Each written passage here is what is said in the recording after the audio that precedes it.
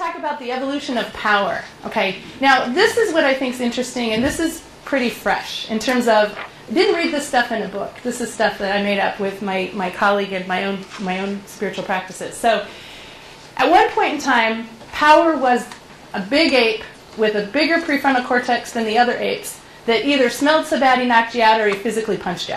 Okay, that's what power was. Then came the time where country domination, where countries had wealth and they would go conquer, and that's where the power was. Then when we began conquering and gold and all this other currency came, it really was money. Money and conglomerations of wealth created power and made big decisions. And then I kept the church out of this, by the way, just so you know, for any history buffs that are in here. And then power went through conglomerations of corporations that were multinational corporations. Now, what's amazing for me, I'm from Denver, Colorado, but what's amazing to me is to live here, where we talk about Silicon Valley. We were the Silicon Valley, right? We were. Kodak, Bausch & Lomb, Xerox. Amazing. So we were in a physical place that had a ton of power, right?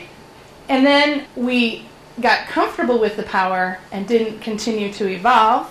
And so another thing came about, which is what I call knowledge praxis, which is systems, knowledge management systems came in. Whoever had the most sophisticated system would actually have more power.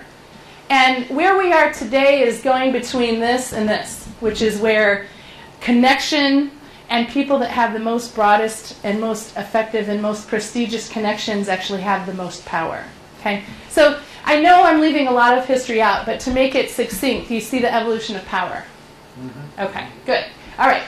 Where we're headed is consciousness. The people that are the most conscious will have the most power. Okay? And I don't mean conscientious, I mean conscious. And by that, there's an example that when Christopher Columbus came, it was really easy for him to take over because the people there did not notice the ships coming. They had no prior knowledge of ships. The only people that saw a different pattern on the water were shaman. Okay? People that had a spiritual practice of 12% of their capacity being in reflection, right? We're actually able to see different patterns on the horizon. Now, they didn't know what boats were, and they didn't really see boats, but they noticed patterns shifting. If we are paying the most attention, we will see things with our observation that people less practiced will see. We will then have more ability to make adjustments based on what we see because we got the information first, right? Okay, now this is a corporate setting. How can I make that be relevant for you and your business? Because this is where the spirit, this is where the soul and all that stuff comes in. I don't want to lose anybody. So what I say is that mind share is your competitive advantage. How you see reality is your competitive advantage.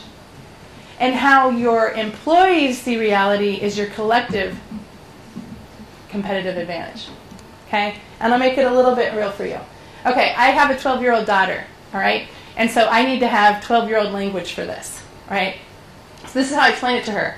I explain it to her when she's having difficulty with math and how the brain information doesn't get to her prefrontal cortex when she's afraid because her amygdala gets inflamed, and that when she's afraid, her brilliance can't come through because there's something in the way, just like when you get arthritis, there's an inflammation of the joint. So fear is the inflammation of brilliance, in my mind, okay? So we are very complex. We have values, we have goals, we have fear, we have data, we have beliefs, we have thoughts.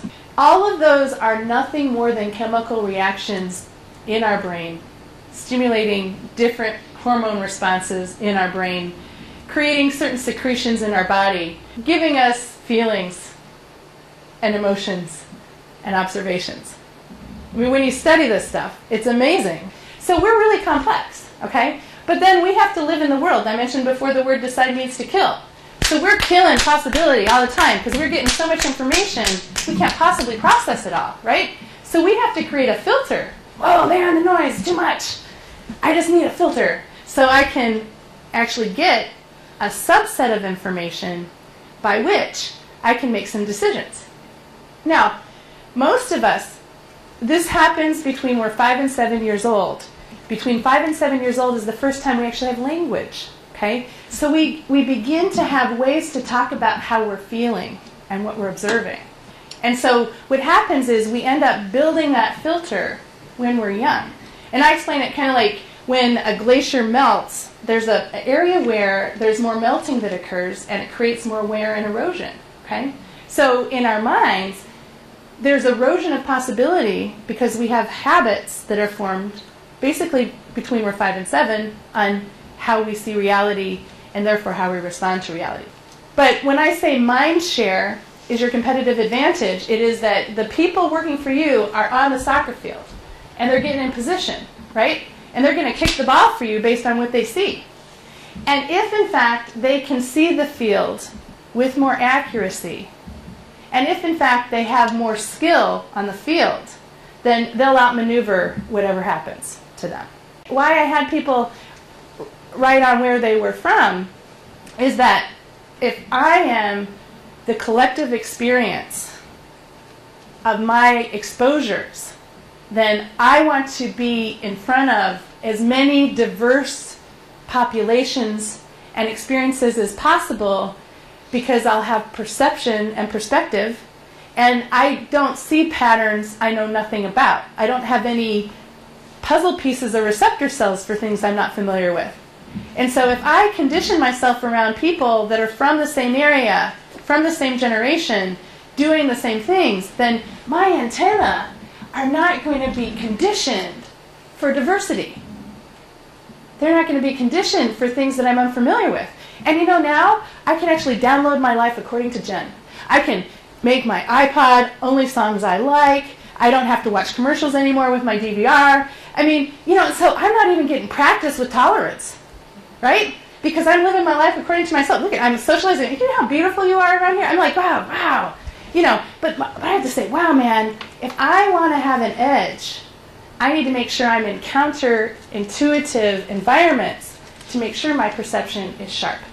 It's the only way that I'm going to make sure that when change comes, I can actually be prepared for it.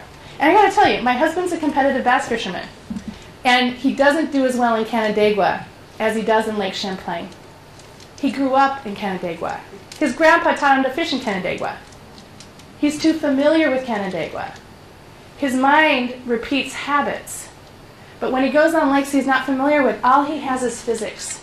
All he has is observations. All he has is the nature of the fish. And you know what? He places. He places on Lake Champlain, and he can't place in Canandaigua because he's paying more attention. And he doesn't know, and therefore he has no assumptions. And his fear of not knowing keeps him more present. And his presence makes him choose better lures, better timing. He gets the fish. In our culture, we have to do much harder conditioning to ensure that our antenna is prepared for things we're not familiar with. Consciousness is going to be the next frontier of this stuff. Now, I got to tell you, you're going to think I'm crazy, but there's a practice called coordinate remote viewing. Anybody in the room heard of coordinate remote viewing? You have? Okay, great. Okay, so the CIA in the 1980s created a process where through breathing and through a practice, you can actually decode images that are in envelopes that are actually labeled as targets. So what I'm saying is that there are companies that have hired this gentleman, David Morehouse, to come and train their sales reps to do coordinate remote viewing so that they can have more skills at attention.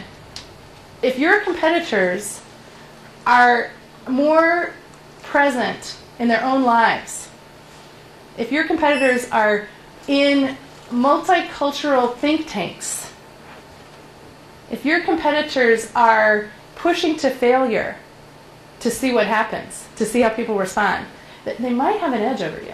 The big thing here is just this, that mind share is your competitive advantage. How you see reality is your competitive advantage.